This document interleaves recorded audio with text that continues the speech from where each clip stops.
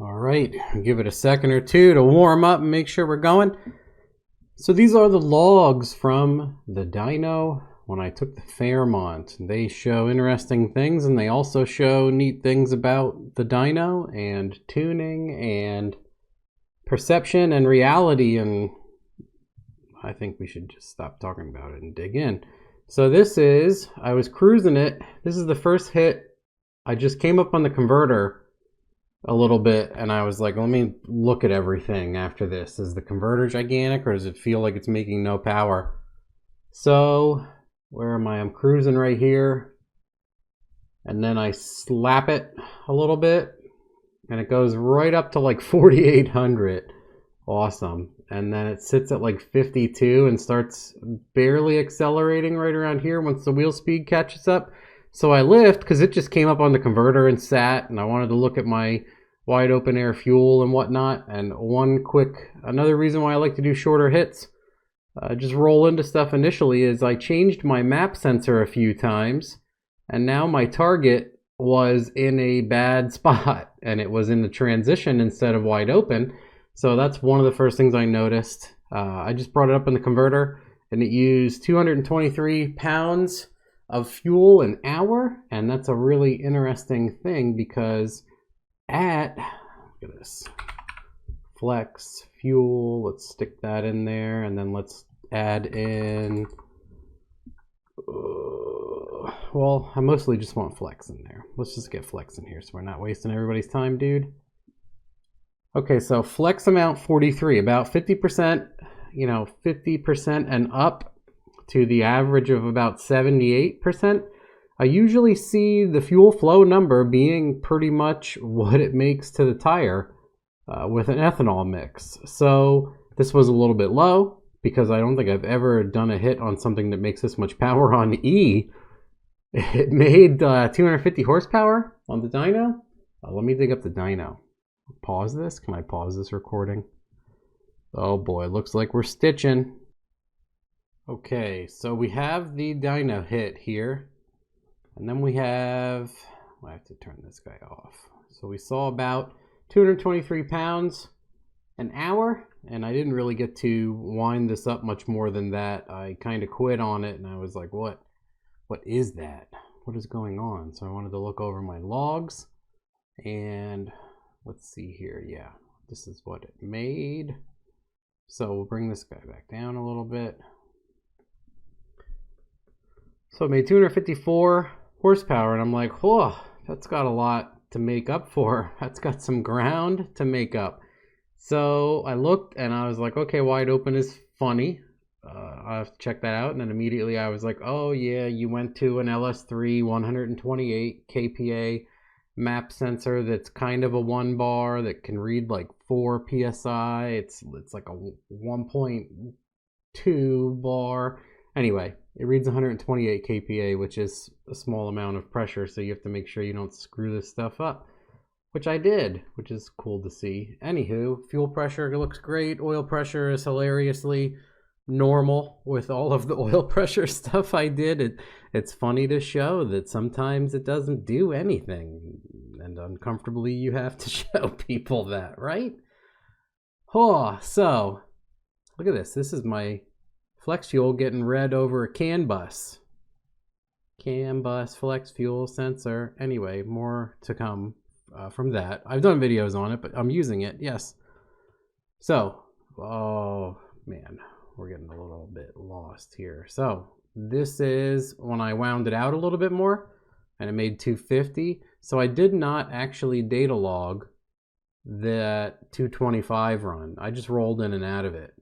And then this, no, I guess we'll see, right? We'll see if I'm lying or not. It's pretty simple here. So this made 246 pounds an hour. So this, I let the RPM catch up. It's funny, you can see like how long it sits here, sits, and then where did I think I had a rev limiter set. I lifted before that though. So I lifted at about 6,700. My target air fuel was still wrong. I guess it took me more than one hit to figure that out. So it made this 250 here. Yeah, These are the same. So this is just a longer 250 and 260. Okay. So this is where I'm like, man, that my exhaust down there doing all that? Yes, and then that's when I pulled the exhaust off. Okay, so I want to go and show you guys this one. Pow. So this, 1 and 2, so this was my roll up, and this was hitting it higher and letting the converter hold. So there, 250, 260. And if we look at the log, again, quick what do we got here?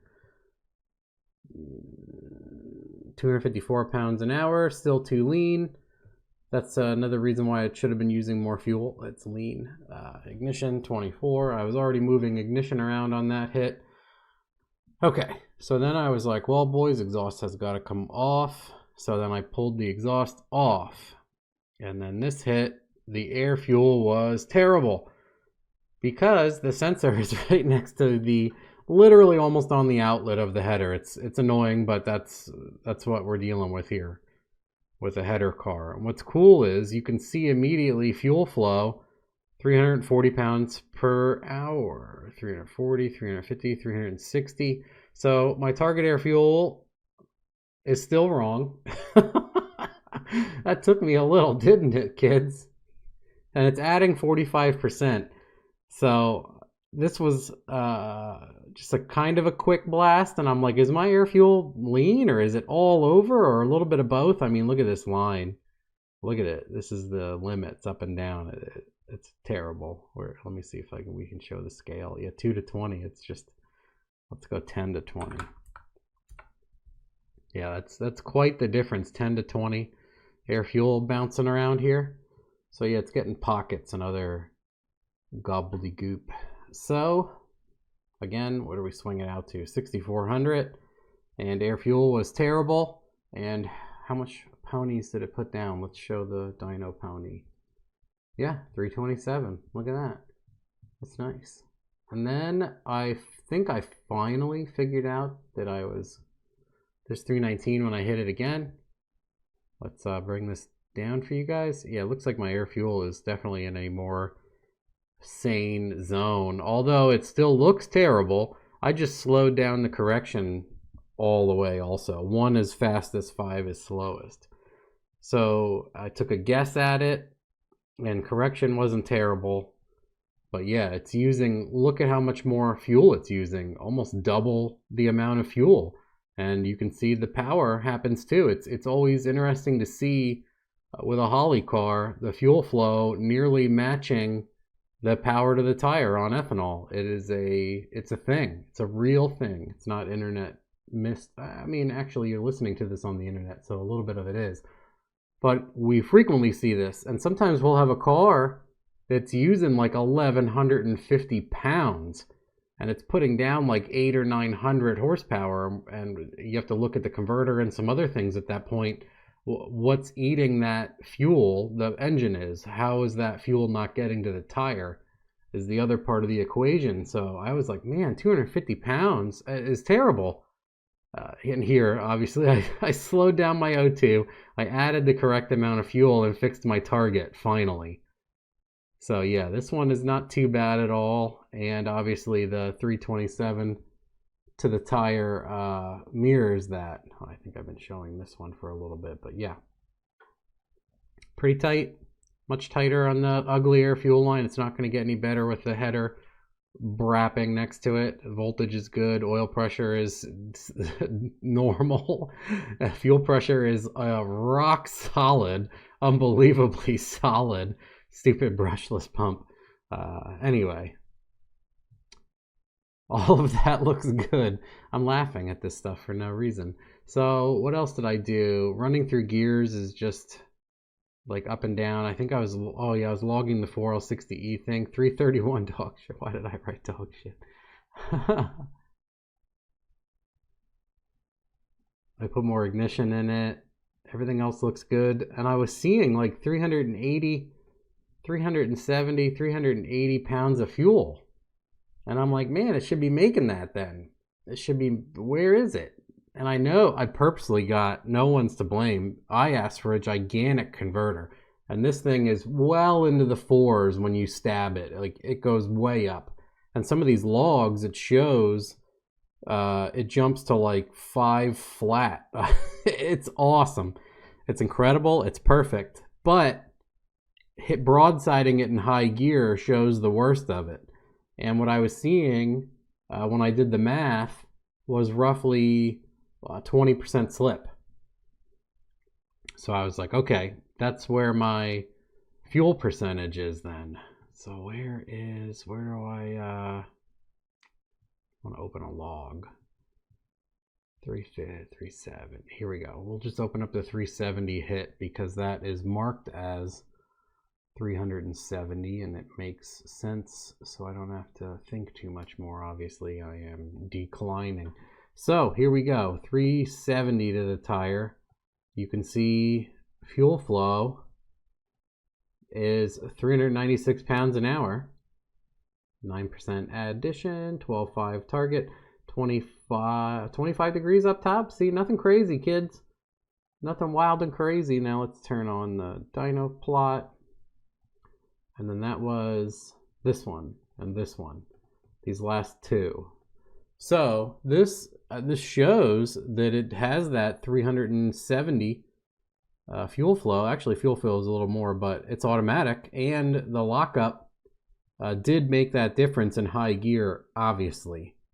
So a big converter car, when you broadside it, is not going to have the coupling that it does when it can start at 1, 2, 3. Also, I asked for this to be gigantic, and then I also we decided it should be lockup because of this. Once I start really nailing it on power, it's going to need to get locked at some point because it's going to blow through terribly. But also, if you can swing this thing into the 7,000 range, the converter will just keep coupling as the RPM does. So, oh, closed loop was terrible again. What was I doing? I was really messing around, chasing my tail. Also, again, this guy's is when the transmission was not doing the shift and lock on its own, and that was extremely annoying. So, where are we at? Closed loop. Wow, closed loop is throwing it down. It's because it needs so much more fuel. Yeah, 396 pounds. Makes sense, right? It's in the 370 range now. Oh, I think I went over all I can. What else did we want to talk about? What else is in here? Nothing really. Nothing really. I think we went over it for people that need to see it. So that is a neat comparison between I rolled in and then I checked and I wound it out, and you can see 120 some mile an hour. And then as power increased, here's a lockup one for sure. Yeah, these are unlocked. That's what I wanted to show. That's unlocked and this is locked. So you can see how the converter, as soon as you hit it, boom, it's all over the power band the whole time. And then here you can see the RPM catches up to the tire, and then it climbs. And then here you can see that RPM band is mirrored. Basically this is by RPM, and then look, you get a little bit more mile an hour out of it, which I think they were close to the same RPM. So this is showing the difference in the slip and the power, blah, blah, blah, blah, blah. It's always cool to see all that. I think that my tack pickup was a slight noisy. Yeah, it was noisy. Watch this. It's going to be all spiky. It's not terrible, you know. There's interruptions here which show false peaks, but it is neat to see this locked up. I hit it at about 3,000-ish. And then, yeah, by 5,000, let's turn the cursor on. By 5,000, we got 342 horsepower. Where are we peaking out at? Yep, truck intake, 6,500. That's about all. That's what I want to see what the China guy will do, which we'll probably get it soon. Jump right to that. I love the truck intakes, though. I don't want to get rid of it. It'll be neat to see if we lose. At least I got these hits where we can see torque, lock the converter, torque, bottom end. And then hopefully I can make a bunch of hits on this transmission. As long as I can get it to keep doing its 1, 2, 3 lockup thing, I think we're good for a bunch of tests hanging in there for now. All right, well, let me know if you guys have any questions, or if I might have missed on the logs. Okay, thanks, bye.